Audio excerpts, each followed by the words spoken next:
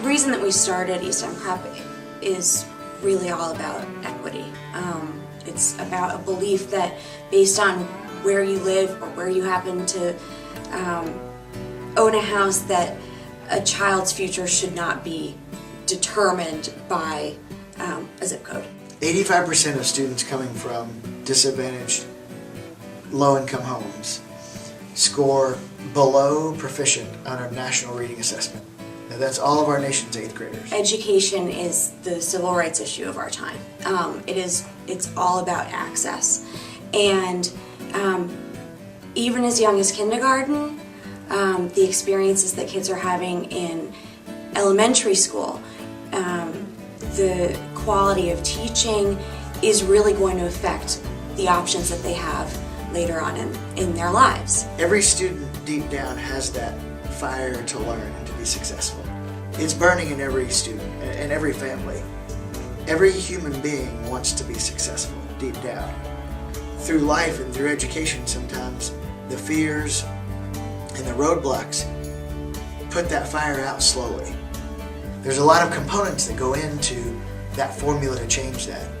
It involves curriculum, it involves parent involvement, and everyone that is a part of the school being a part of the change and the commitment. Our belief is really that the road to college begins in kindergarten. So that's where the idea for East End Prep came from, that parents deserve a choice, and that kids deserve to have an excellent education, no matter where they're coming from. What the school will look like is that we will see parents and teachers communicating, children happy, working hard, and really learning how to work hard, that we will have a curriculum that is engaging, that is challenging, and that's inviting for everyone involved. Our goal is that by the time they leave 5th grade, they will be fully prepared, if not overly prepared, for middle school. That no one is going to have to play catch up with East End Prep students. Parents have been really excited. We've had a number of events.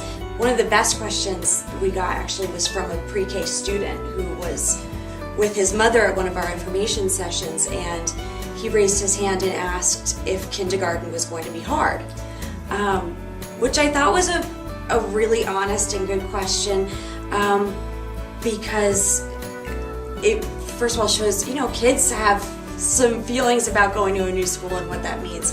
And my answer to him was that he was going to learn how to work hard, and his other classmates were going to also, and that anytime there was something in his schoolwork that was challenging, there would be a way for him to learn it. There would be teachers, friends who were going to be there to help him learn.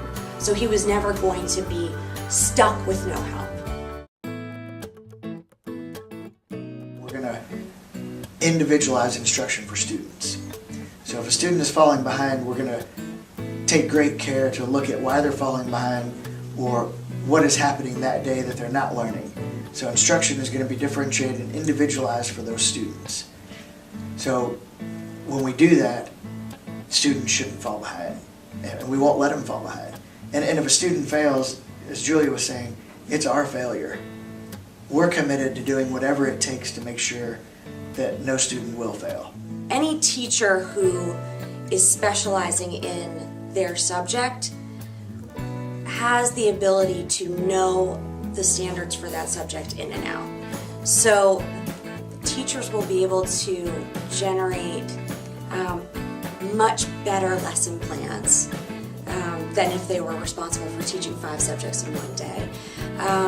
And they will also pretty quickly be able to